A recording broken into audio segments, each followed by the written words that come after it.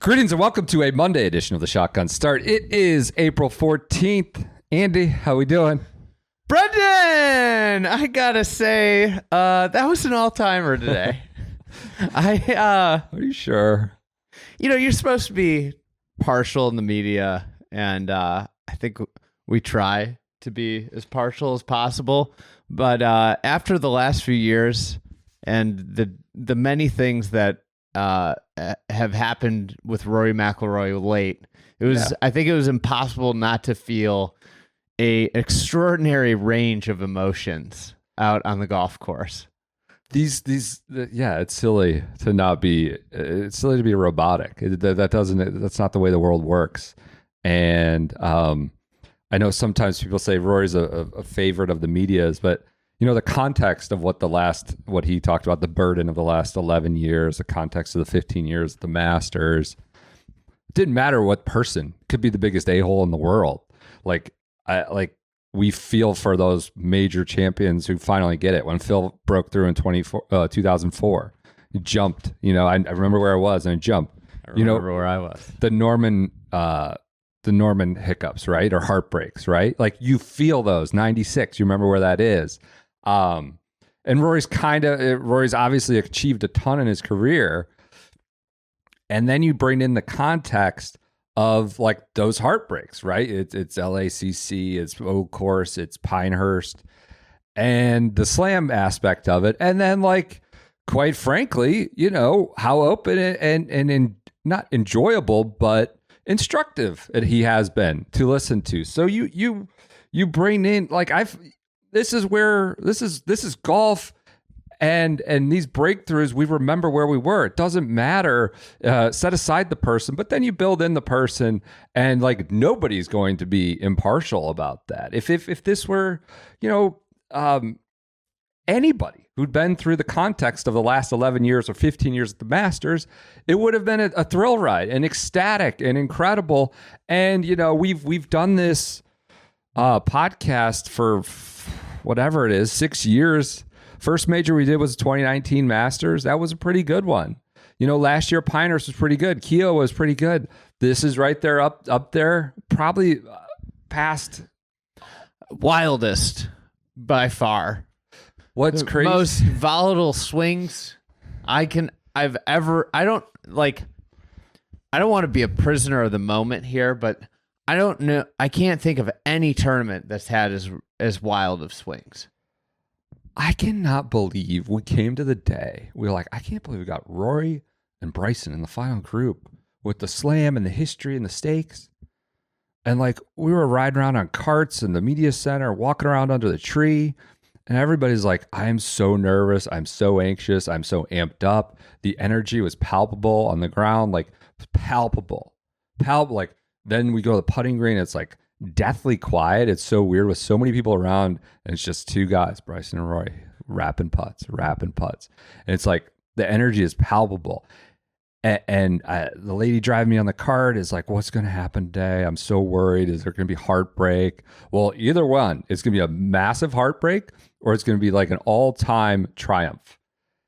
And that was before it happened. And somehow, whatever the fuck just happened in the 4 hours surpassed it by like 1,000%. Yeah. Yes. It was insane. There were so many layers to the whole thing. I mean, there was the start. Yeah. There was the middle part of the front nine. There was the end of the front nine, the beginning of the back nine, the mid part of the back nine, which was like crazy. And then the finish, and then the playoff. And oh, by the way, we started the day, two-horse race. Yes. Two-horse race. Corey Connors, then it was going to be a runaway. He's up 5 on 11T, I think. And we're just like two-horse race. Corey Connors, Pat Reed, and Ludvig are too far back. Whoops. Justin Rose makes 10 birdies. Rory's hitting it in the drink on 13. He's a wedge. Bogey on 14. What is happening? I can't. I've tried not to be dramatic, but I can't tell you how amped and intense things were before there was ever a tee shot struck. And then somehow we got like 4.5 hours of the greatest golf tournament any of us will ever see in our lives. You know what? Like, the Kiowa Phil Brooks thing, like, for me, has had this like lofty thing of like, I'll never ever forget being there and like the 18th scene. This one was insane. I can't believe, like, just the raw emotion of the day. Like, you could feel it with all the patrons. Like, that was the crazy thing. Whether they were rooting for Bryson or whether they were rooting for Rory, that was like the wild part of the kind of the beginning of the day, I thought, was like there were these two contingents, and you felt it on the first green. Like, right out of the gate on the first green, you had like, it was like, oh, there are Rory fans and there are Bryson fans. And that was, I mean, if we go back to the putting green, I think something that, and you know, I think there are just layers of the day. When I think about today, I'm going to think about the rawness, like the rawness of his last heartbreak was Bryson. Yes. And Bryson making that charge yesterday, running up the leaderboard when he didn't have his best stuff. I think Rory was like, whoa. Like, he felt like he should have been up more. 4, 3 at least. And I think that, like, that weighed on him at night.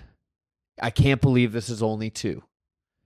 And the first part of the day was defeating Bryson DeChambeau, which included losing to Bryson DeChambeau by the third tee, down 1. Down 1.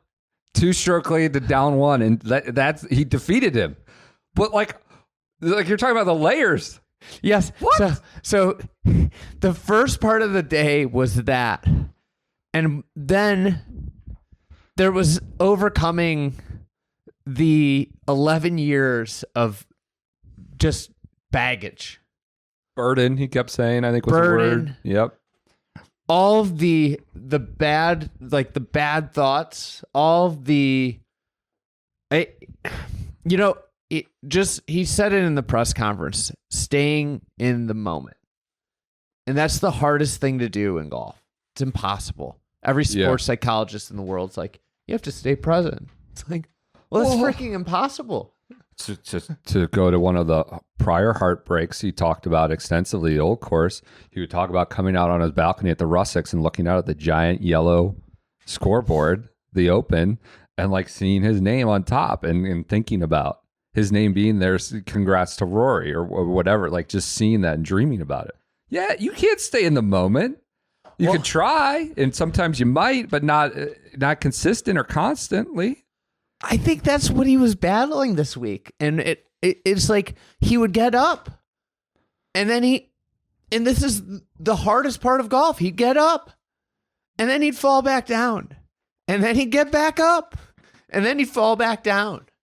And eventually then he had the final thing he had to do was beat Justin Rose. Yeah.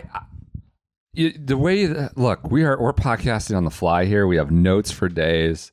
This is going to be hopefully one we remember. Just like, you know, for better, like Pinehurst podcast was one I'll remember forever. And obviously the tournament is much more. One thing you brought out, I'm thinking about is Bryson was kind of like done and dusted by 11. That was no longer the thing. As a matter of fact, I saw him look up at the board at 11 and I'm projecting here. He's like, all right, I like this here. I think we're good here, but what else is going on out there? And I think he saw Rose and maybe Luddy, and it's like, what else? Now what do I got to do? I'm one, like, he beat the Bryce.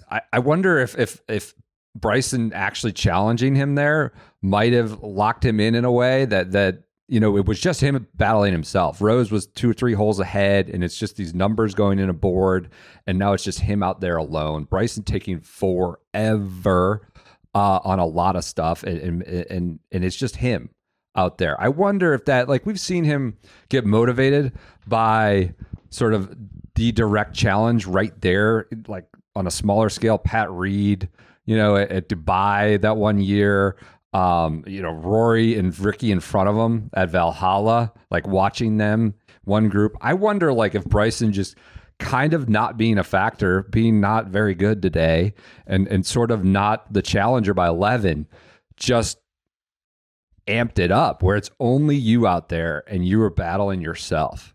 And the occasional whap of a new number in a scoreboard you might see somewhere. I wonder if that changed a little bit of the dynamic. I think it's kind of that, because you end up like, you get so wrapped up, especially with the way it started. Mm-hmm. I guarantee it's like he falls down. Double. Scruffy double from the bunker. That was a no good shot 6. Not one good shot in that 6. Which he said in his press con, I was very nervous. And you guys, I think he said, and you saw what happened on the first hole. Yeah, Gabby had a good question. Like, what are the bodily like functions going on? So nervous he can't spit. Essentially, he talked about like he couldn't eat, he couldn't keep things down. He tried to eat Zinger style. I don't know. He's like, is he eating his pancakes or whatever it was, waffles? So he said he couldn't eat. He's like, the legs are like jello a little bit. I mean, this is before he gets into the heat of it. And so by the way, the drive wasn't garbage. Like it was, he missed by a yard there and 2. Yeah. He went in the bunker. It wasn't like a big hook or a big wipe. It just, it went in the bunker and he missed it by a couple of yards there and 2. For anybody that's played competitive golf, I resoundingly believe that everybody will always say you are most nervous on the first tee. Okay. You might, the only other place that you could get that level of nerves is like a putt to win. Yeah. But like the first tee is just so hard to get through. So anyways, he falls behind, and we're getting back to what your point. He falls behind, and it's like it almost magnifies the duel with Bryson. Yeah. It is I have to beat him because he is ahead of me, and nobody else at that point's even close. One up. Yeah. So then he vanquishes Bryson with pretty quickly with what he called his shot of the day, one of his best shots of the day, the chip up to 3. Well, he didn't. Bryson wasn't dead then. No, totally. But like the challenge you're talking about, like he responds quickly after going 6-5. He's like, all right, this is my challenge right here, right now. Awesome chip at 3. There were 4 birdies at 4. I think very few birdies. That shot was insane. Awesome shot, up and over, like right over the bunker. So yeah, to your point, maybe that's what he was seeing in front of him. Like hyper focused him on that. Yeah, and then you get the relief of that. Like you can get so wrapped up in that like mano-a-mano thing, and then it's like, okay, he's done. And I think like what happened kind of a little bit, he lost the identity that he was playing the golf, that the way his identity of playing the golf course, the way he played 13. I think at that point, like he started to play not to lose. And really, like if you think about this tournament, I think what our pictures in our mind are going to be are about these thrilling, daring shots. And when you think about Rory McIlroy, at the end of the day, who Rory McIlroy is as a golfer is this swashbuckling, like he hits shots you can't even imagine, and he's able to take on shots that nobody else can because his talent level is so supreme.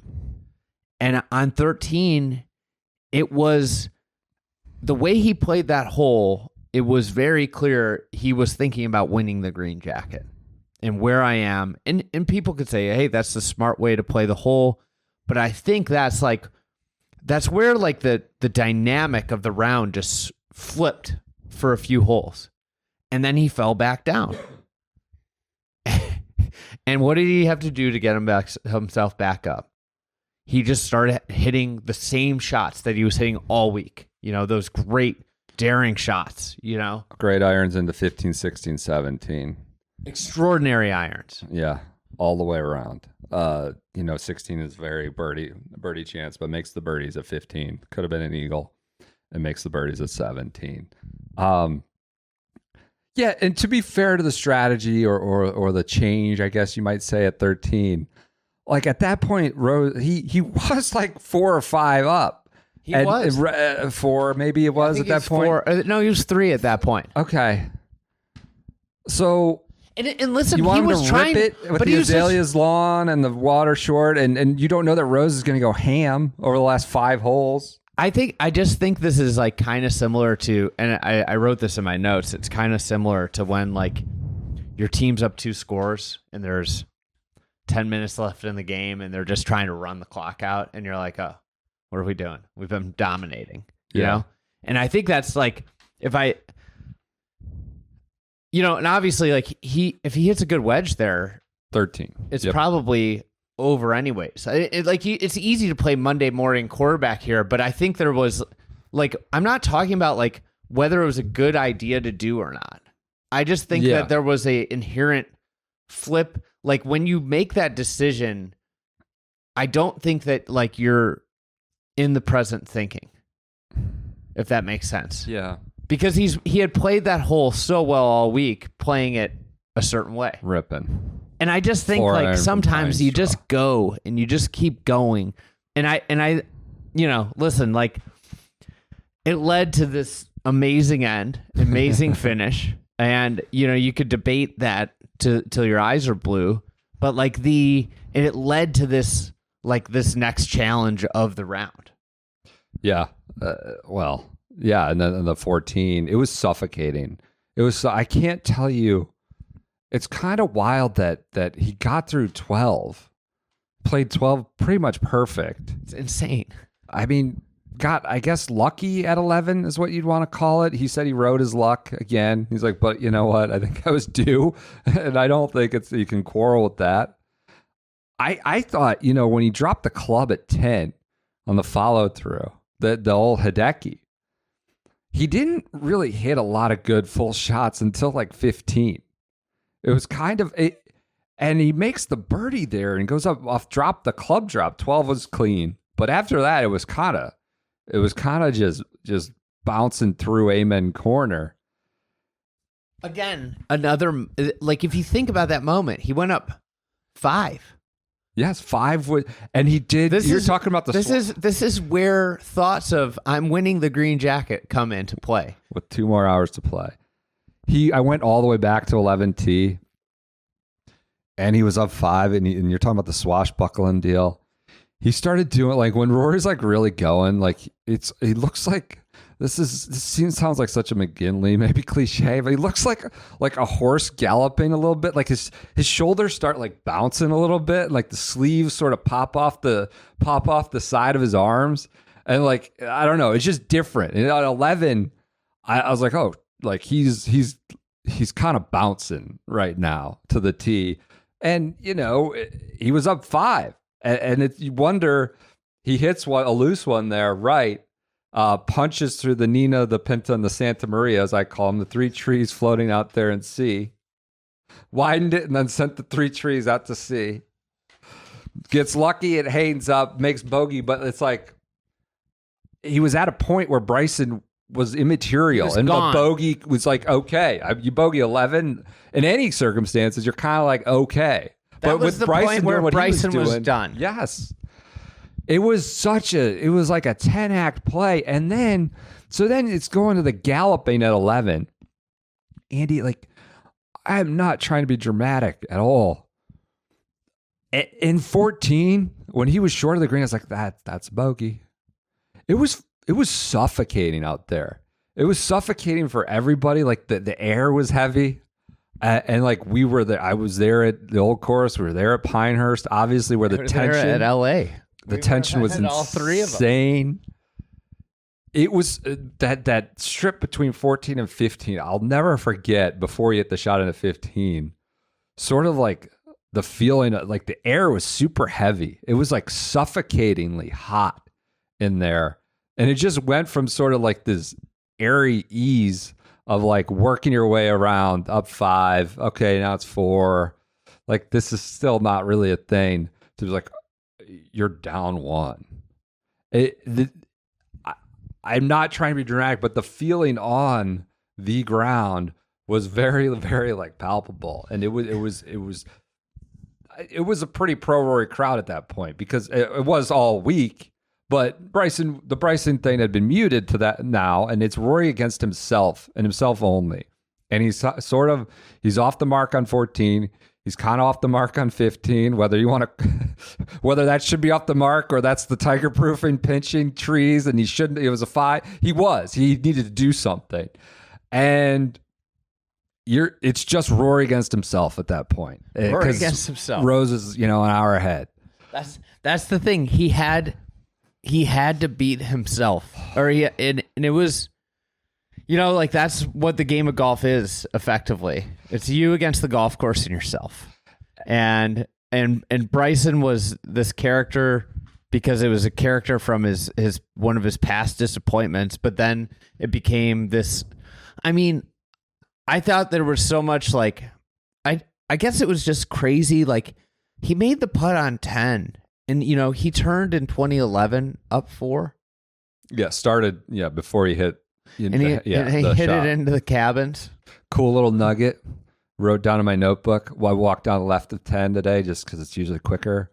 All the people in those cabins were like out on their balconies clapping, like very loud. And I thought it was just the dichotomy of where that 11 to this. So 2011, he turns 4 up, and that's where the wheels came off. Yes. This year he birdies it. And I was like, how poetic is that? Did Bryson bogey that? No, he parred it. Okay. How poetic is that? And that puts him 5 up. And I'm like, oh my God, like I was thinking like we might just get like an awesome, like the whole week was wild. The fan support, it was like from Friday afternoon on, it was just like standing ovation after standing ovation at greens. When he walks on the greens. Yeah. Yeah. And like, I'm thinking like, he's just going to be able to ride in on like this, like stroll through the back nine of Augusta National. If he can get through 12 and he hits the shot on 12. And I'm like, this is done. This is done and dusted. Safe. Spieth, Jordan Spieth, who knows a little something about it, said he's talking about the slam. He's more than deserving of the honor. He's in control. As we all know, anything can happen. As we all know, he hit it just right on 11. So he's got to navigate that situation, navigate the 12th and 13th. If he gets to 14 with a decent lead, he'd be down 1. The way he's driving the ball, he should be in pretty good position. But the thing you just saw, he went birdie, birdie, birdie on Rosie. He went birdie, birdie, birdie, 11, 12, 13. Because it's almost like if I were Rory, I'd wish that the pins were harder. And it was playing a little harder at this point because he's not going to be able to take the foot off the gas. And I believe he knows that. If he can escape 11 and 12 with 2 pars, he should be in pretty good shape. Well, he escaped 12 with the par. And his primary combatant, though, at 11, was worse than his 5. Yes. And so you think you're good. And this is where it all comes like crashing down on you, like crashing. Well, the light air, the galloping, the light air, the ease, just crashing down on you like, oh my God, this is LACC Pinehurst, the old course taken to the max right now. It's 2018 Masters with Reed. It's all of it. This is all, how did we go from 12 down to 14? This is all of it. How did this happen? It's like he's not going to win, and this is going to be the worst one ever. And I wonder if he's ever going to play golf again. He just quits. It was suffocating. So I saw a fellow media person he's choking at 15. This is incomprehensible. And he steps up at 15. You want to talk a little bit about that? You were there. I was there. We tried to get different vantage points. We figured it was the last group. We were following the last group. Yep. And our what we said at the beginning is we'll see you at the end. Yeah. And I threw you water. You threw me a water you bottle. Water. I got your water at 8 or whatever it was. That was the only time we saw each other. Basically following the same people. I mean, it was a madhouse out there. This is the hardest it's ever been to watch, but it was amazing. On 13, I was up at the top of the grandstand. Yeah. And when the second he hit the shot, the club dropped. His shoulders slumped. Oh my God. I mean, you could put him there tomorrow with 1,000 golf balls, and I don't think he'd hit one shot there. He explained that, was it uphill? An uphill lie, he when you flares get that side hill lie, pulls it a little bit. Yeah. When you get the side hill lie, the ball above your feet, the more loft on the club, the more left it goes. Yes. So you have to aim more right. And I think he goes, it wasn't like I was aiming in the creek or anything, but I was aiming a little more right. But like, and that's like the beauty of Augusta National though, right? Is like, he's thinking there, he's in the perfect spot. He laid it up to the perfect spot. Like he got that way left. So he had the best angle to come into that pin to make that feeder slope as big as possible. But here's the beauty of Augusta National. He, in the back of his head, he's like, and I think like, if you think about his wedges, he kind of pulled the one-on-one a little over the top pull that went long deep left. Yeah. 2, he missed left, and that 2-putt was insanely hard. That was a bad wedge at 2. At 2, yeah. That was one of his worst. He's in that spot, and I guarantee he's thinking like with that shot, and this is why Augusta's amazing. Is like he's thinking with the shot on 13, like I can't miss this left and leave that delicate downhill putt to that pin. I could walk away with a 6 here, and I don't want to do that. And well, he walked away with a 7 instead because it went right. But anyways, 15. I mean, so I was standing pin high of the green, like right to the right of the green. So like in front of the grandstand. The bailout bunker over there. Right by the bailout bunker. Which he said he was like, well, if I just throw it in there, it's fine. It's People love throwing. They are all trying to throw it in there. You want it out. It's got to get it out of there. You want it out. Some of those trees need to be cleared. Then people would complain about the 15th more, which would be great. That's what we want. So anyways, Bryson hits it in the water. Like I was like waiting for him to hit because he was waiting. Bryson was like jamming him. Not on purpose. 17, he hits it into the grandstand. And then Rory had to wait like 20 minutes between his I gotta putt. say, I think Rory jammed Bryson. He started slow playing for sure, but I think towards the end, I think 17, 8, he was taking his time. I mean, do we want to divert here real quick? We can. We're going to get to you right at 15 at some point, but let's divert. I mean, all right. This is the round we're doing play-by-play. I don't give a shit. We're doing play-by-play. Like, I want to talk about all of this. All right. So I was thinking about this on the language yesterday. Yesterday, Bryson absolutely was gaming Rory from behind and after with yucking it up with the fans. He was trying 16. He was trying to spark memories of Pinehurst, and I know he was doing that. You think you know. I'm projecting. Yes. But I know. You feel strongly about it. Okay. He was trying to game him. Okay. Today, he tried to do it to him again. And he might have been pretty successful with it on the first tee. What happened? He wanted Rory to feel his presence and his support. And he showed up to that tee time like the last minute. And Rory shows up to the tee time like 2 minutes before. He's usually he's not trying to get there much too far in advance. And Bryson waited as long as he could so that he came into that cauldron and had Rory feel it. But you know who got the last laugh? Who's that? Rory McIlroy by not talking to Bryson one time the entire round. We have quotes. Which is an incredible strategy that is perfectly polite. We have, completely fine, right? I mean, Tiger, like, come on, guys, let's not clutch our pearls here. Tiger, this was notoriously Tiger's play. Wouldn't talk to his competitor. Finau, even, like, good guy Finau, right? He wouldn't talk to him at all. This is Bryson said, did you speak to him? Bryson said, I wanted to cry for him about the shot at 13. Said, did you speak to him in there? How is he doing? He says, no idea. He didn't talk to me once all day. Another person asked him, did you try and initiate conversation with Rory at all? He wouldn't talk to me. Okay, so that was the return, is what you're suggesting. The return it's within bounds. And I mean, there was just like, I guess we haven't gotten to 15 yet. Is Bryson out of bounds? What he did, the pumping up the crowd or showing up last? Like, he's in bounds too. Nobody. Okay. This is the thing. Nobody's out of bounds. Okay. This is, this happens in other. This happens in other sports. Golf is a gentleman's game, and they were both being perfect gentlemen here. Yeah. Yeah. I think like the thing with Bryson and Rory, it broke down to these like these moments. Like on 2, I couldn't believe it on 2 when he was 1 down. Yeah. And there's all this like energy.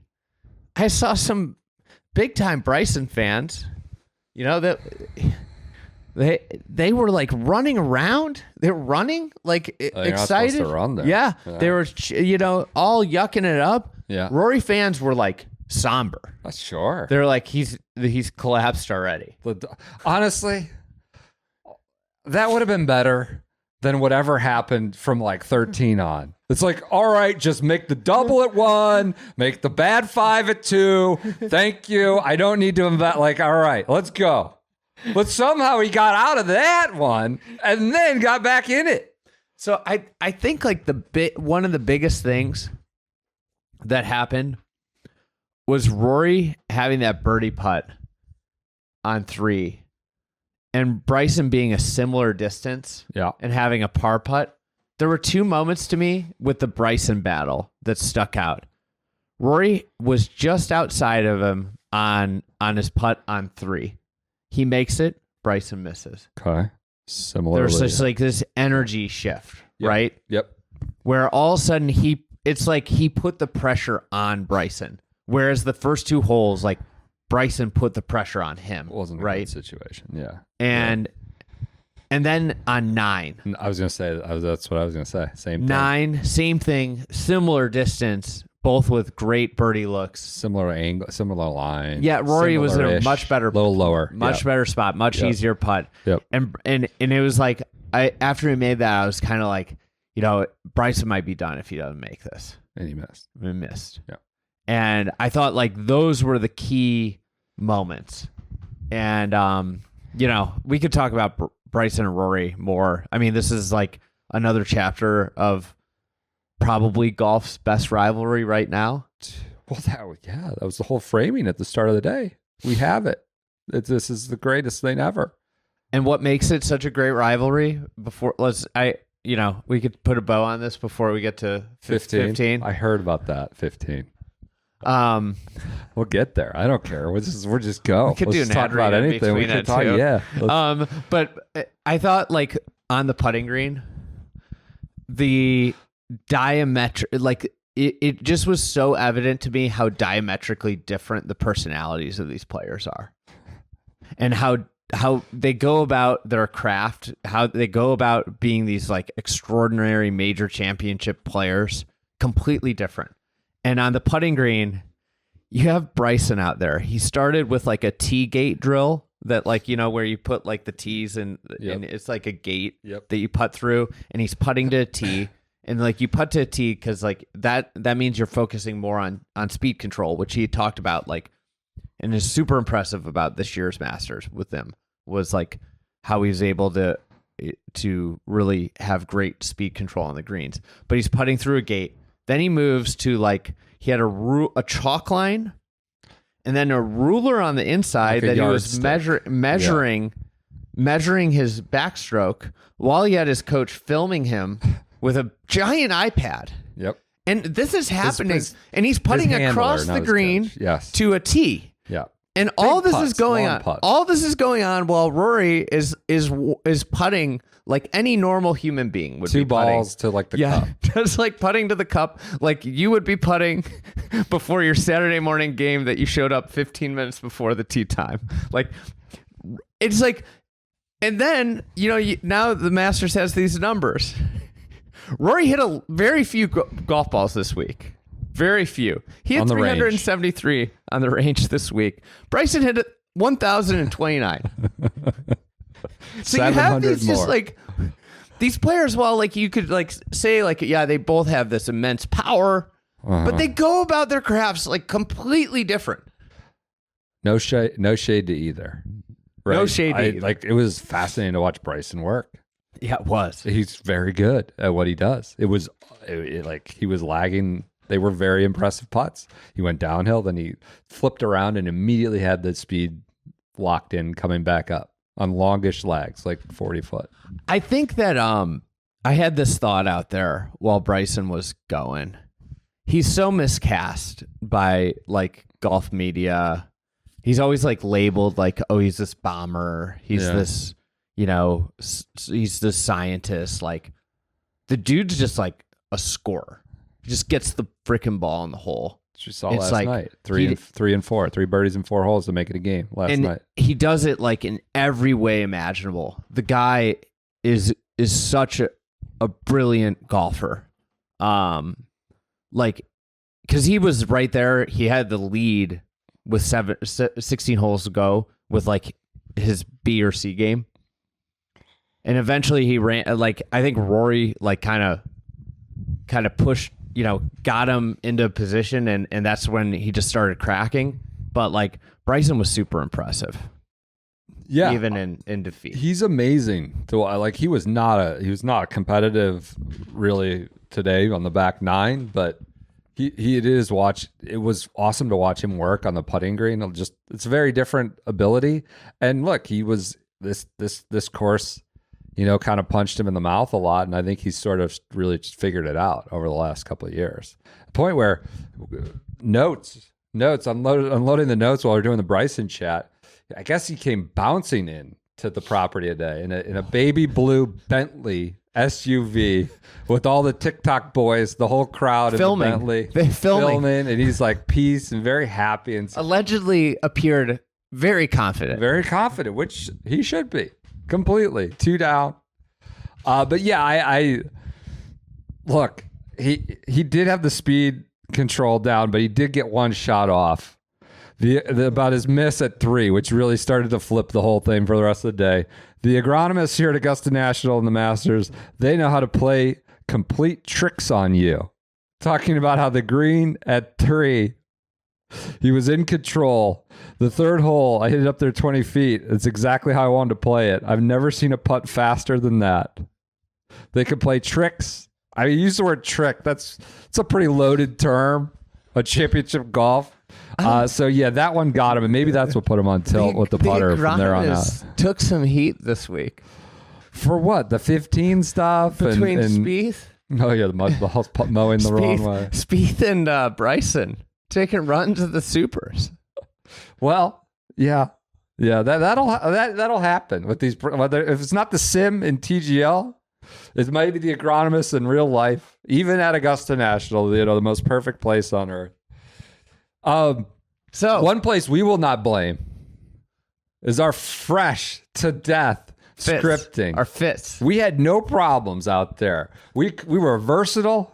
It was like 55 in the morning a lot of days. Then it'd get hot. Maybe even suffocating is a word I might have used. And I was vested. I could alternate off the vest. I had a breezy cotton polo today. This is a 4-button. And we apologize to our good friends at Draddy. I don't know the name of it off the top. I don't either. It's got 4 buttons. Mine, though. It's got stripes. It's got 4 buttons. The everyday vest, I know the name of that. You had yours. I had mine. It was a Sunday for the everyday vest. And you two can get your vest. You can get your Andy hoodie. You got an Andy hoodie giveaway. If you go to bdraddy.com, use the promo code SGS30.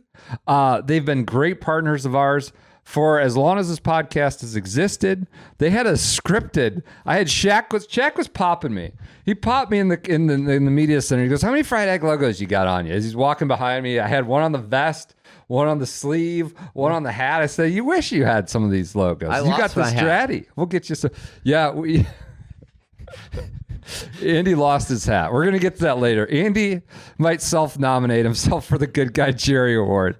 Just taking the hat off his back to give it to the people out Somebody there. liked the hat. I said, do you want the hat? Okay, PJ, the professional that he is suggesting this is known as the Casey Polo. The folks at Draddy are like, you're going to like this one. I'll tell you what, I do.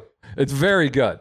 Use the promo code SGS30 to get your own Casey Polo or any sundry of items. I've been walking into those gates the last 4 years. Yeah. Never have gotten so many compliments as I got this week about my script. It was kind of wild. Yeah. I was like, what? A lot of scripting comments. You like it that much?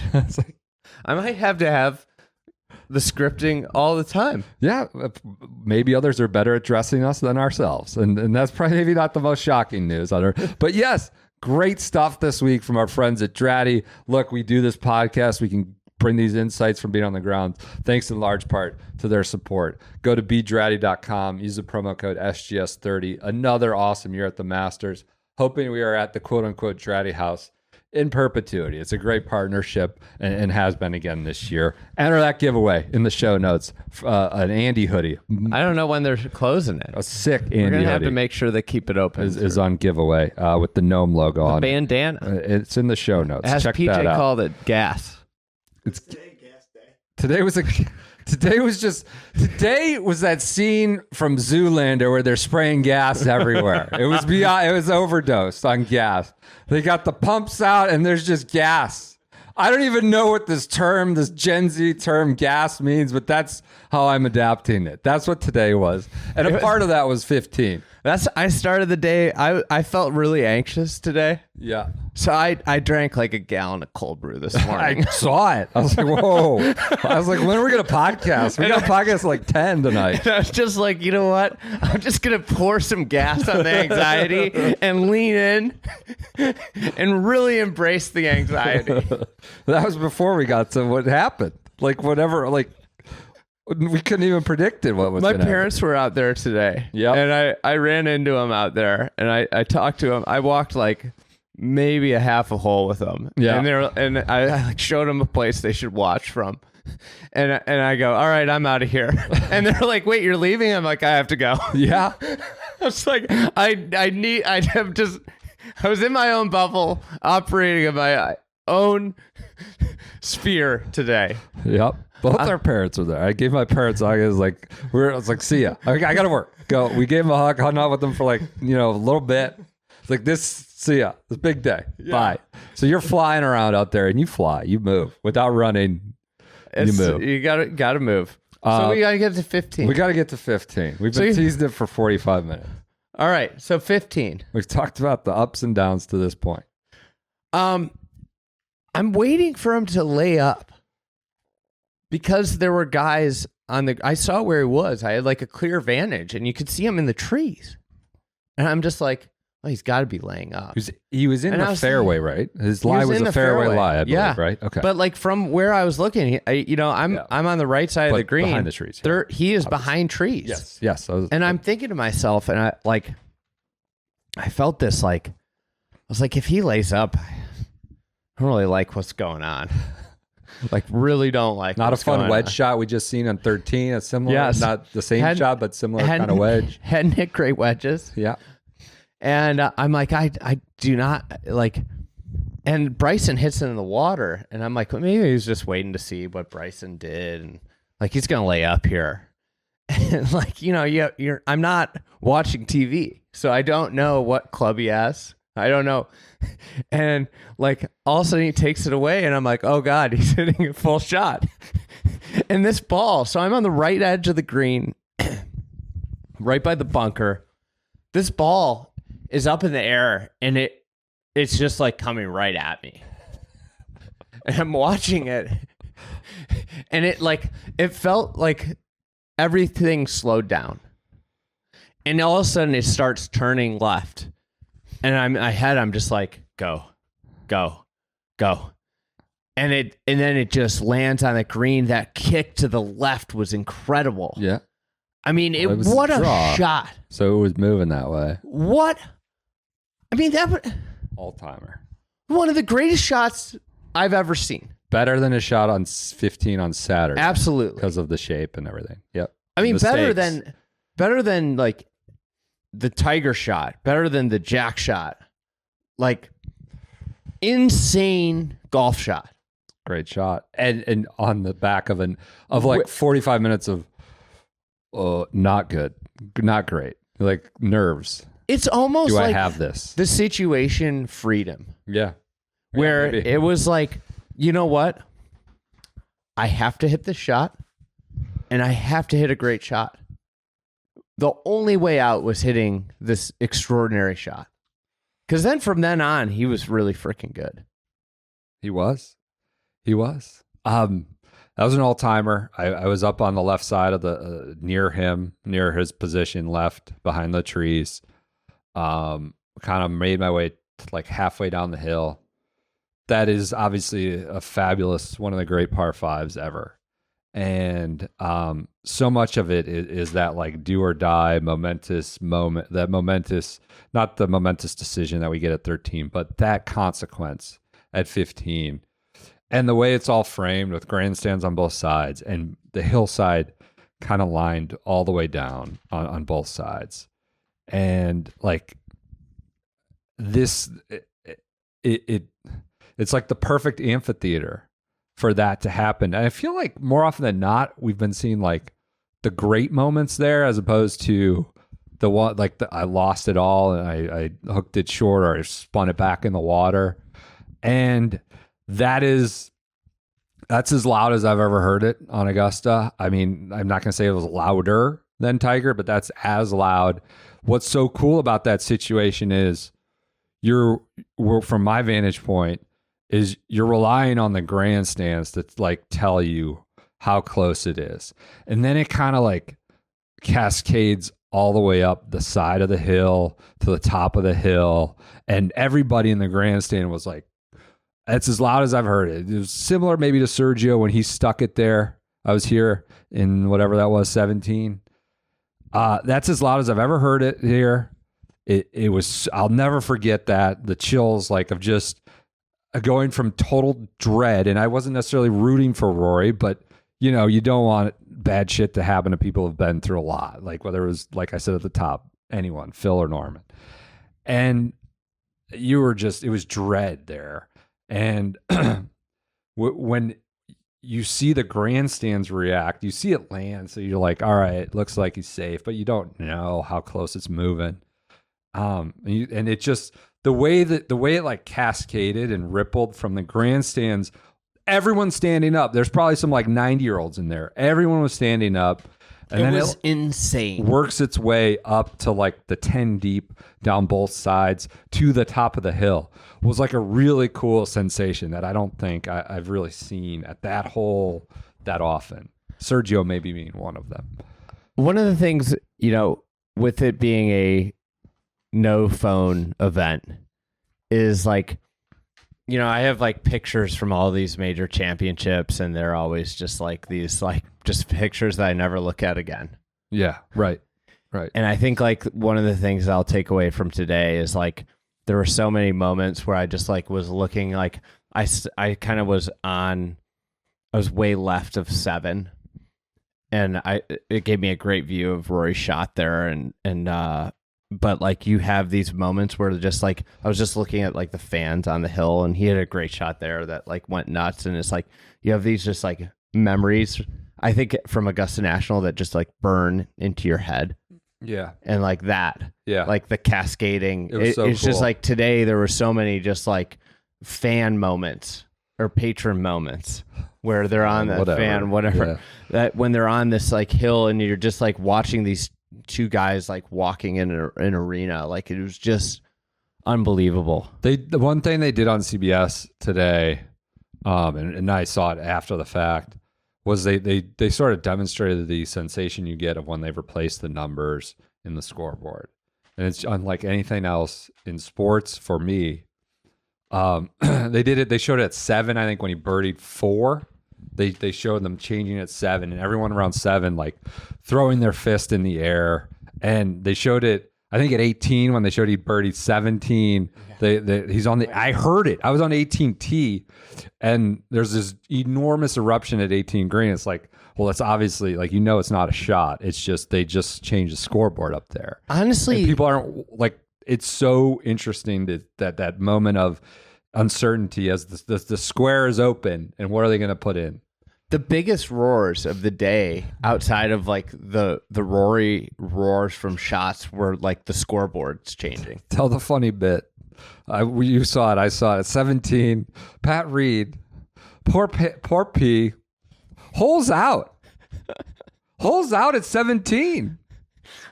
I mean, this is insane. And nobody was looking. They were looking at because the window had been opened. So it's not like we're just looking for the scoreboard to be changed. But when the window's open and it's taken down from a white square and it's like just open space, everyone's just locked in on that. And there's poor P holing out. And nobody noticed it. He didn't know what happened. He didn't know if it went in because nobody cheered. Huh. Because that board is right there to the right of 17 or the left if you're looking at the green. I'll tell you what, there's good and bad scoreboard etiquette from those scoreboard guys. Was there bad? Faxon was waxing poetic about how they were. I forget what instance. It was on 7. Okay. About how they were. But there's bad. I saw bad etiquette too. Oh. Like don't call anyone out by name. Are you going to say the hole in the place? I'll just say it was a very tension-rich moment. Okay. Extraordinary tension. Okay. And somebody, well, I was following the Rory Bryson group, so you can figure it out. Yeah, sure. Like there's an extraordinary tension moment, and they're on a tee box, and these guys just keep opening up the scoreboard. It was like they were shuffling around back there, and like you're playing with everyone's emotions when you do that. All the fans are watching. It's like this like everybody is very close at this time, and they're like, like the fans are like, Yeah. At one point, Justin Roses came down and went back up the same. Oh boy! Like they didn't change anything. Oh boy, you can't be futzing around. I was like, what? I was just, and at this moment, I just wanted to yell. I was so close to him. Just stop moving around. Stop moving the boxes. Because the thing is, the scoreboard's irrelevant in literally 2 minutes when they are off the tee box because everybody's vacating the area. Right. It's an interesting dynamic. So he makes the birdie at 15. Kind of a bummer of a birdie, I guess. Missed it. I didn't watch 16. I jumped ahead. He couldn't make it easy on himself. I thought the whole week. 17 he lays back, so I got a good spot, but couldn't see him. I didn't know because I couldn't see him because he lays back so far. He's not over the ridge, for at least from where I was, the right of the green. And all of a sudden, this ball just comes firing just barely over he's screaming at it to go, go, go, and it rolls out to like 2-3 feet. So That's he makes amazing. He goes birdie. Then bogey. Somehow gets off the 18th tee. Had to wait forever on 17 for Bryson. How about that? Then barely got... I don't know what he did. He didn't get to the 18th tee until... I don't know what happened. I was waiting on the 18th tee. I walked around from 17 green 8, and he was just... I don't know if he took a leak. I don't know if he got a sandwich. But, I'm blocked out. He had plenty of time because Ludvig was So then they're waiting. Mess. They got the forecast. He was just standing there with, they do the flag, just waiting. You can't even tee up. I mean, like, just think about the difficulty. Like, he's trying to break an 11-year drought. He's trying to win the career Grand Slam. And then you just like, the day has not had real backup. And you get to the 18th tee and it's just like, I have to wait here for literally like 15 minutes. Yeah. It was just like I just don't. Augusta's just insane. It's so hard to win, and it's so hard to win a major when you haven't won one in a long time. It had to feel like, in a lot of ways, it had to feel like he was winning for the first time a major because it had been so long ago. Oh yeah, almost harder because of everything that had happened. Yeah. It's interesting that and I wonder if the relief or the feeling was like greater because of that. That's not to suggest like, oh, I'm glad I lost those. But I think like the feeling of winning this one is amplified with that context. Clearly. I think you would take a couple more. Absolutely. And this one. Absolutely. I'm not saying, oh, thank God I lost those so I could have this one feel much better. I'm not suggesting that. But clearly it did feel better because of that, of that context. And, I'm talking about, what was it at LA? I'll go through 1,000 Sundays like this if, it means I get the chance to keep winning or to maybe win one. And then you stack on top of it the career slam. That's as crowded as I've ever seen 18. This is as crowded as I have ever seen everywhere. I'm on the taller side. Even when it's like 10 deep, I will find like a gap to see. I've done it at 18 before where it's always crowded. No chance. No chance. None. Like I went to the way back and got a sight of the flag, like through the walkway, kind of, but I have no idea. I see he's in the bunker. I saw him splash out. I was like basically judging everything that was going off. I obviously came in and watched it all, but off of like, I was behind like the pen of like members and family and agents. I was just going based off of like how they were reacting. And then his daughter and his wife and his agents and friends. And like he clearly misses and they're in agony. Some members were like, oh my gosh, like they're in agony of having to watch that. And then they have to wait. They don't move because it's 18 again. And they're there like 15 minutes just trying to burn time. And then they bring in Rosie's people to the same pen as like Rory had the win on his putter and he doesn't do it. And then we have the 11 years of context all stacked up and the slam stacked up. What would you do? And then like Steiny comes, like Kate Rose is her name, I believe. Steiny, the Excel boys, they come marching in. It's like, oh my God, this is like agony. What would you do with your kids in the pen? If you had to entertain your 4 kids for 15 minutes in the pen. I mean, there are no screens here. That's all that. Because let's be honest, as parents, I just want to point out we point out the screen. Entertaining a 4-year-old in a pen. That'd be hard. 15 minutes. Area. Yeah, that might be the biggest win of the day. Biggest win of the day, right there. Poppy was very well behaved. I have to say, I didn't notice anything. She seemed great for having to be there alone, but probably because she for better doesn't know all the tension or agony that could be unfolding. It was tough. That's how I watched 18 via their react like behind. I found the Japanese TV feed. Okay. I was like laying on the ground watching the TV feed under people's legs. Where? Like under the tree. Okay.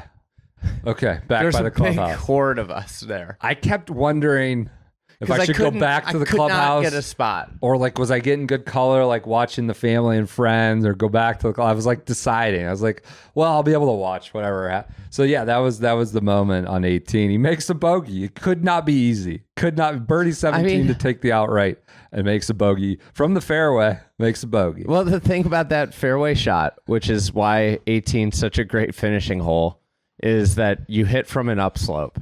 And hitting an iron from an upslope, if you swing uncommitted, is going to go right. And we've seen so many, like, you have to make a great swing to hit a great shot on 18 at Augusta National. He didn't make a great swing. You know when he did make a great swing? Playoff. Yeah. I mean, that was, he said, what was it, like a 3/4? Yeah. 3/4 gap. Yeah. Which, has kind of been a theme this year of flighting it a little bit. Speed off. Different ball and flighting it a little. Yeah. Figuring out how to hit that quarter wedge shot. He talked about that at Sawgrass, or the quarter shots, not necessarily wedge. And he does it in the playoff. After Rose had kind of put the gauntlet down. Rose had a good shot there to 10, 12 feet. Like, amazing. And if you're Rory down the fairway, huge pressure. You just see it online. I don't know if you know how close it is, but it's like on the stick. And he like uses that slope that we know and funnels it back down there. And I'm going off the people in front of me. And one of the green jackets, I think it's John Carr, like does the hand, like it's a foot. And I'm like, oh, well, he's a foot. But waiting for that putt or the sound of that putt to drop was, it was like 11 years in the making. The back nine was like 11 years. The back nine was like 11 years. It was the full experience. Yeah, it's amazing that it happened with this week, and we came in like, oh, I got a good feeling about Rory. Everyone's like, yeah, no shit. Like, no, yeah, like we do this. We've done this in 19 and 20 and 21 and 22 and 20. And like, yeah, he's been the best player this year. I thought like might be Treacly. I thought like gambling pod. Gambling pod. You hit. I did hit my one and done. Went out there on a limb. Went through the trends, looked at all the cross tabs in the data, and I got Rory McIlroy. I made that pick. This is like kind of Treacly, but like when Poppy made that putt on the par 3, I was kind of like, huh, like that's pretty cool. Like I wonder if it's like because he's got like all these bad memories or allegedly, you know, like negative connotations. I was like, huh, that's like an all-time memory, regardless of what happens the next 4 days. Seeing your kid like do that, it's like, huh, maybe that means like good shit's about to happen. And he did kind of, as you say, ride his luck. He made 4 doubles, won the Masters with 8 shots there. Didn't make a ton of bogeys though. He didn't. Made a couple. He didn't. Anything else from your Rory day? I mean, we haven't talked about the shot at 7. What about up and over? What did you think of the reaction? What did you think of the whole end? I mean, it was amazing to see the sheer emotion. I think I was expecting that, quite honestly, but you see everything that goes into like winning these things and obviously all the near misses. It was that was quite a reaction and amazing finish. It was I'm happy the drought ended at the Masters. Like would have been cool if it was Quail Hollow or Oakmont or wherever. But like to do it at the whole combination of the drought plus the Masters bugaboo, you would expect him to fall to his knees and cry and exhale, he's shaking, clearly emotional all the way out. I don't know. I just thought it felt like it felt like his time, which is the most cliche, like mealy mouth thing to say. And it feels like, people probably said that ahead of the 22 Masters or whatever, but I don't know, man. The Poppy thing, like when you see your kid do something cool, like you always like, you remember it, whatever they go on to become or do. And it's like, he'll have that. And then it's like, maybe that means something special is happening this week. So I think, the shots he hit coming down. I mean, we haven't talked about 7. Anything you want to add there? I mean, this is a crazy shot. Harry's trying to talk him out of it. Harry hasn't. That's about the only talking Harry's done. Harry doesn't talk to the media. That's hasn't done his victory lap or anything like that. He's taken a lot of guff over the years, but he's not talked. As far as I know, maybe he's doing an interview tonight. I don't know, but I'm happy for Harry too. That was the one question that got him emotional in the press conference from Eamon about whatever we grew up when we were 7 years old and yeah. So yeah, I think Harry gets a lot of crap, but he knows ball, and and I think the biggest thing is having a caddy that makes you comfortable, and I think the other thing that Harry does is doesn't talk, and that's probably something that's a good trait for caddies to have. It was a little surreal to see him in a green jacket. I would say that. Like it always is, I guess, for the first time winners, but I don't know. I guess we saw him on the putting green. We went and did everything. That was a little surreal. It's like, holy shit. Annual question. Yeah. Do the floodgates open? I mean, I was wondering, are we no longer talking about career slam, but we're talking about grand slam? Quail Hollow, as we know, sets up well. Portrush, home game. Oakmont, maybe we'll find a trend to convince ourselves of that one. Big boy golf course. We know he hits it far. I don't know. We'll just he's the best player in the world right now. I think he's taken that throne pretty convincingly here for the first 3-4 months of the year. He's got 30 PGA Tour wins now. So do we go to 29 PGA Tour wins? I don't know about the floodgates. I have no idea. I mean, this was to prove it to yourself in the most nerve-wracking of situations after faltering, like in the most, heartbreaking ways. You would think that has some sort of intangible carryover effect, you would think, doing it at the Masters, ending the drought, doing it in a way where, coughed up the lead, got it back. It's mine. I'm cruising. Oh my God, I've lost it. I'm going to lose. And then winning in a playoff. You would think that would have some sort of, future I think effect. he got the monkey off the back. Yeah. I think that there was, and I think this is the struggle with major championships for every player. Yeah. Is that they have a ton of weight with how you're remembered, how you're thought of in the game, and there's only 4 of them a year. Yeah. Well, he talked about the burden of the last 11 years, but he also talked about the weight of like everybody always picking him, including Tiger, including Jack and Gary. Like, it's flattering, but I don't love it. It's not not great to hear that I should be winning this or I should win it all the time. We have, I mean, it also sets up one of the most compelling careers we've had. Probably the most compelling career we've had, a player with a career that post Tiger. Yeah, I think we're there. He's got 5 now. He's matched Brooks. He's got the career slam. It's the second career slam in 60 years, joining Tiger Woods. He's got 30. If I did my math right, 39 wins between DP World Tour and PGA Tour. Yeah, I mean, only European for the career slam. He's got the Prince of Ponte Vedra title. He's got the Lup Slam. He's got the Lup Slam. You know who didn't do the Lup Slam? Who's that? Jack. He's got. Who didn't get the Lup Slam? Tiger. Ben Hogan. Bobby Jones. He's got 750 FedEx Cup points. He's got that coming for him today. He's going to be number 1 in the FedEx Cup for a while. He is. He's number 1 player in the world for a while. Insurmountable. Forget about the career slam. On a serious note. Yes, please. This is just so golf. How it works. You bang your head against the wall. You get disappointed over and over and over again. And then you get your 1% satisfaction. You have the time you break through, and I like that analogy. And you got to savor it. And I think if you think about Rory and his career, it's like there was probably a time when he was young. I think he said something in his press conference, like somebody asked him what he would tell 2011 Rory. It's like, you don't really know much about the world. You have no idea. You don't know how the world works. He also said you have no idea how you got to that contention point and how you lost it in 2011. Yeah. Like, you don't know. You have no clue. And I think like when he was young, he just thought these things were easy.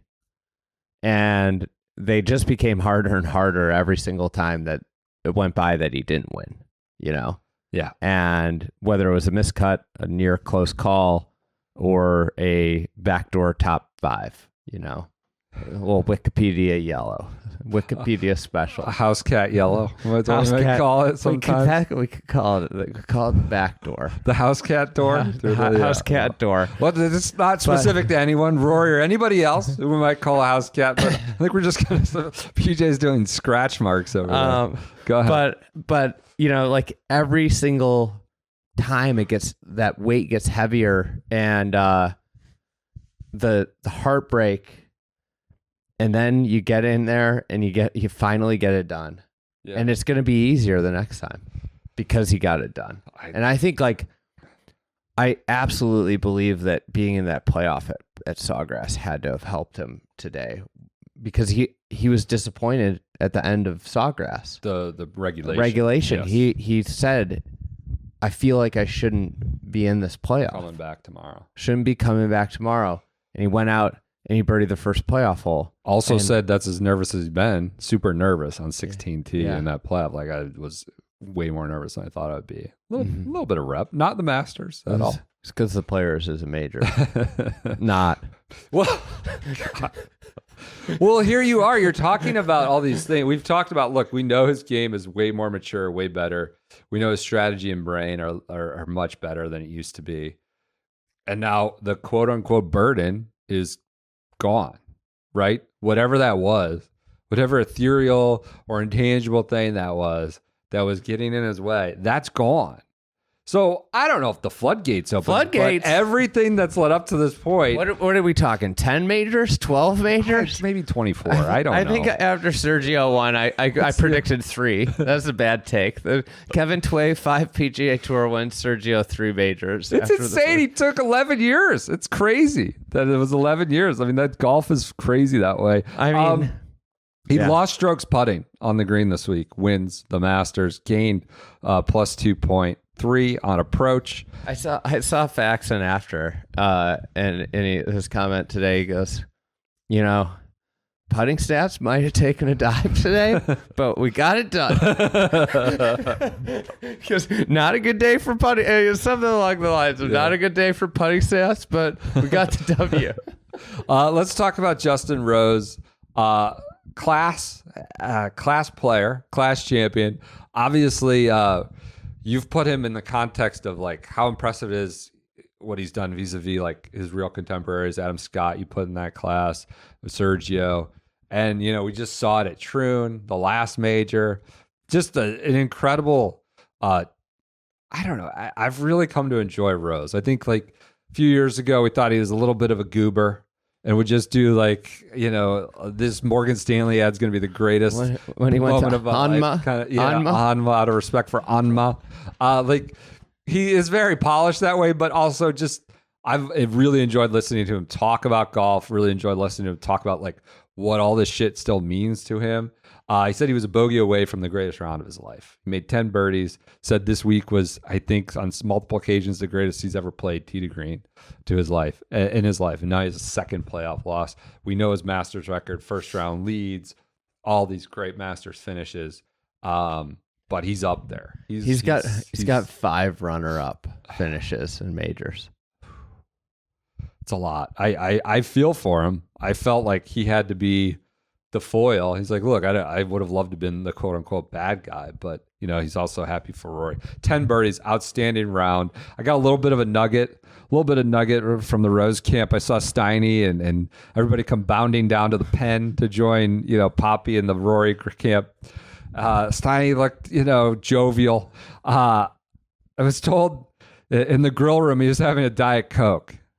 And then he found out that Rose had to share the lead. He immediately went and got a cran vodka, which I can't blame him at all. I don't think, to be clear, he was pounding vodkas. I think he took 3 sips and it was just left there, from what I understand. But I like that. As soon as you find out your player's time release, give me the cran vodka, and ran to that. A little bit of a Rose camp amusement. I felt bad for Rose, but I think if you're Justin Rose, you just got to be killing yourself about Saturday. And yeah, the back nine, he played so good, and the putter was just not there. Not there. I mean, like that. It was kind of crazy because when we talked last night, we talked about how he should have been in the final group. Have you seen his putting stats from Saturday? He lost minus 4.54 strokes gained putting. Now, not the biggest sample size, one round, but that's a jumbo number. 4.5 lost putting. So yeah, the margins are slim. I feel bad for Rose. He's your runner up. Shout out to Max Homa getting in the fight. It's not been a great run for him, but he gets a T12, gets an invite back with that T12. Ludvig Åberg made a total mess of 18. But when Rory hit it in the water on 13 and made a double, I looked at the board to 14th tee behind there, and I was like, Ludvig's the guy right now. He still had 15 at that point. I was like, oh my God, he's going to tire. Go ahead at 15. Insulting to Rosie. Well, I'll tell you what. He wasn't there yet. Rosie, I was going to win a lot of money if Rosie won. Okay. I had him at the 44th pick of my Masters draft. 44. That's good. Pretty good. I was gonna cash in. I was gonna cash some bets. Yeah. So shout out Ludvig, shout out Homa, shout out Rose. I'm not gonna go down the leaderboard here. How about Pat Reed?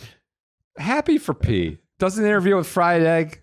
T3 solo third. Putter. A lot of putter talk in his post round. Hates his putter. It's on vacation. All this. He said something about. Said it, it was a putter away. puttering and build. Maybe he'll go back. Didn't Justine go to Golf Galaxy one day? Yeah, up in Detroit. Back? I want to say Detroit. She should have gone to the local golf store around here. Yeah, got him a new putter. 9 under though. You needed a hole out to get on 18. He goes, I know the putter. The putter killed me. Killed me this week. Really lost my opportunity to win in the green jacket because of the putter. Anyone you're disappointed in, really? I don't think you could be disappointed in Scheffler with the top 5 finish. I mean, but he was a heavy favorite. Can we give like the best performance of the week? Yeah. ZJ T8. Zach went from just the absolute ignominious moment of last year telling the fans to F off and then sort of sputtering through the press conference. What? No, if I had did that, I wouldn't. I like denying but not denying it too. The bell of the ball here for a couple days. Zach, saw him out on the putting green just yucking it up with Bryson and Rory, everybody. He goes 66-71, finishes T8. What a good tournament for the olds, just in general. Yeah. Yeah, Bubba. Making Bubba, like, I mean, who knows what the hell he's been up to, Bubba. Do you have any live conclusions? We ended up with Bubba, Bryson, Hatton, Rahm had a top 15 finish. Playoff P. Reed. If he came on a podcast, we could call him Podcast P. I don't know. Like, there's a lot of questions about live. Like, you're going to see that this Masters, that they're not actually playing competitive golf. They're not sharp. They have, outside the top 10 to 15 players, the tour is garbage, and that's not keeping them competitive. I think they did all right. Their good players are still good, but like the simple fact is that it's not a serious league. A simple fact. Okay. Like 20 guys shouldn't be there. Fair. And when you take a field of, I don't know, how many players are in a field? 54? 56, I believe now, with the 2 wild cards. Yeah. 54 with the 2 wild cards? Yep. When you take 54 and 20 guys just stink. That means there's 34 guys. And I'm going to use a little Brooksy math here. Half those guys are going to play bad. So you're effectively playing a tournament against 17 guys a week. Yeah. Like 17 guys in a field a week. So it's like when John Rahm said, well, finishing top 10 every week. You're out on that stat. Good job. You beat 17 guys. Good job. Good job, John. Grumpy boy, lonely boy. Apparently very, very downtrodden about his irrelevance. He's Rahm, that is. Unhappy about how quote unquote irrelevant he is. Heard a lot of talks of irrelevance. That was a murmur this week, huh? Below the surface, or maybe above the surface, as it were. Okay. I feel bad for him. Yeah. But I also these should be his peak years. Yeah. It sucks. It sucks for golf that he's like. No, he could win. He might win 2 majors this year. Yeah.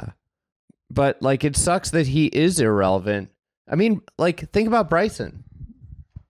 Like, yeah, he plays like these live events and he has his YouTube channel. His YouTube channel is the most relevant that he is. Yeah. And then he comes to these majors. It's like, God, what a talent. I'd love to see you play at Sawgrass and what a talent. Yeah. Pebble Beach. And, instead you're going to play at Bolingbrook. But for Bolingbrook, he'll have new irons. What'd you think of him saying he did go to the equipment blame quickly? He goes, you're going to see some new equipment here very, very soon. I can't wait. The supers, the equipment, and not having any conversation inside the room. How did the iron play feel on the range this morning? He's okay. So he's like debating whether he does the driver sucks bit that we saw at Royal St. George's.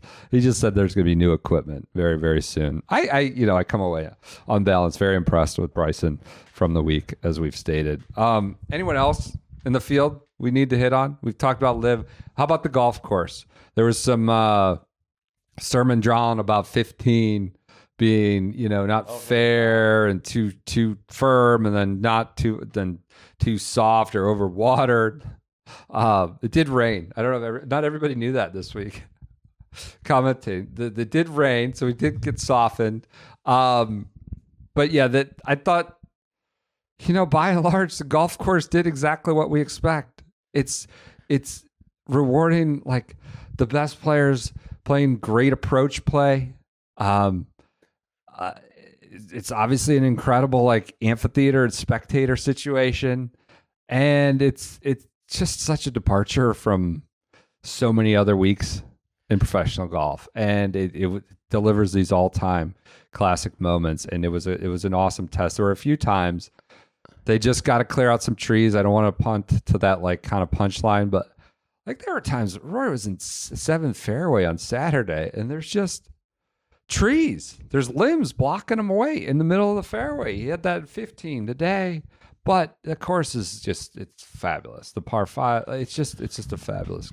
I think the thing about test again. Augusta National is like, it's just like you have to play with like freedom, but like it puts just so much stress on you over the course of a round.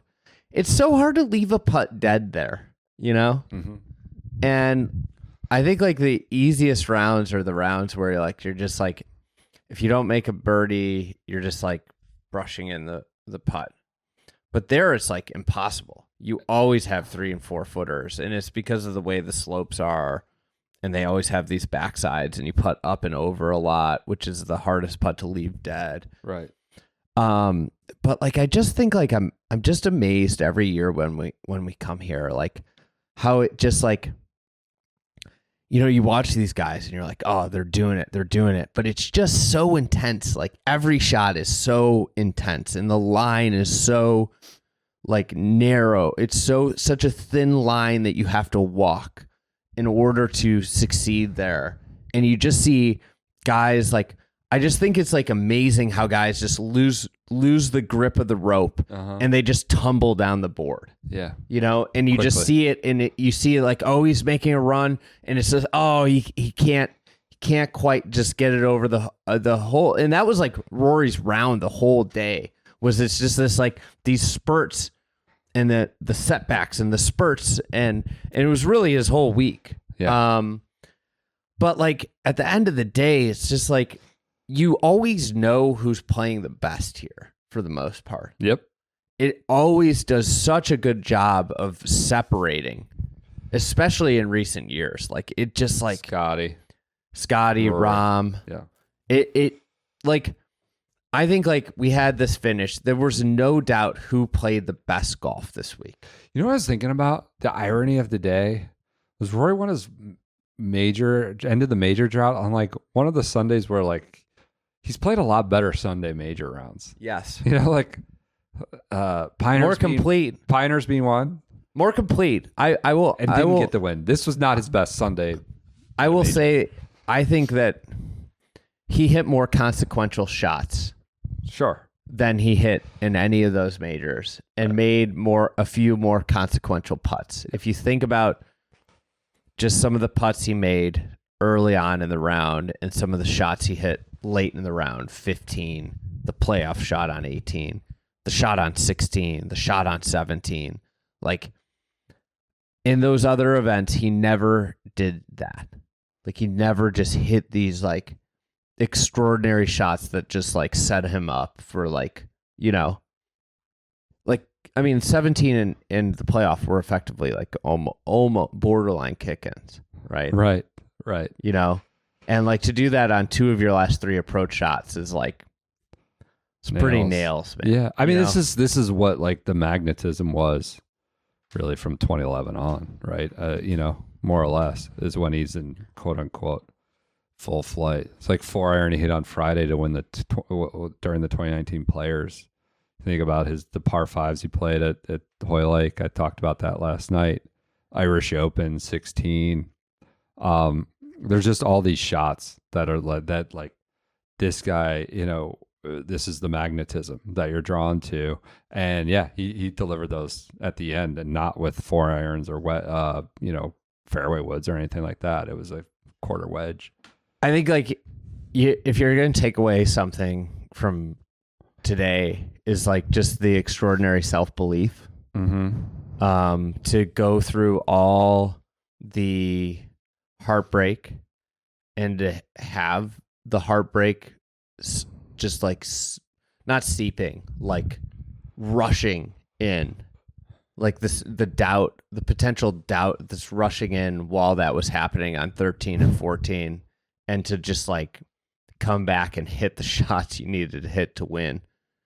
I think like the self-belief is something that's like extraordinary in Rory, given everything that's happened over the last like few years in these major championships, like the ability to get off the mat. He talked about it. Like he believes it makes you stronger. Just like a personal anecdote, anytime I've ever spoken to him about the Masters, he's always said, when I win the Masters. There's never been like an if, it's always been when. And I think that's like, you know, it's an amazing thing. Like it's been like kind of like over the last 10 years been kind of a house of horrors for him. Remember after he finished, what was it, second in 22 when he did the hole out from the bunker. He said it's the happiest I've ever left this place. Yeah. And it was like a non-competitive second. Right. But still, like at his core, it's when I win the Masters. And today was like the only way you win today is if you have self-belief after what happened on 13 and 14. I you know, so many players would have folded right there. Well, the when was 2025. I can report the Wikipedia page has been updated to a green 1. Xander's got his T8 yellow. Is Xander back to using the house cat tour? Is that what you're suggesting? I think this is a good step in his recovery from injury. Yeah, I'm not ready to call him a house cat. No. Others might be, though. Yeah, so this was an all-timer. I don't have anything else to add. I've got a lot. I've got notes for days. We'll probably do some more writing, some more podcasting this week. I feel like we're gonna have we're fresh off the golf course. We're going to be talking. We're going to be talking about this for weeks. Yeah, I want to read everybody else. I want to digest it. I want to hear more from, Rory and all the other combatants. I'll never forget it. It's up there with all of them that we've been lucky to be at. And part of that is that you guys listen and care at all about what we have to say. Not that you may even care, but at least that you listen. So thank you for another week at the majors. Thanks to Draddy for supporting us at the Draddy House here in Augusta. And with that, we'll call it a week. Talk to you on Wednesday with In-Out Alternate for Putakana. Let's go. It's coming. Baby. Let's go.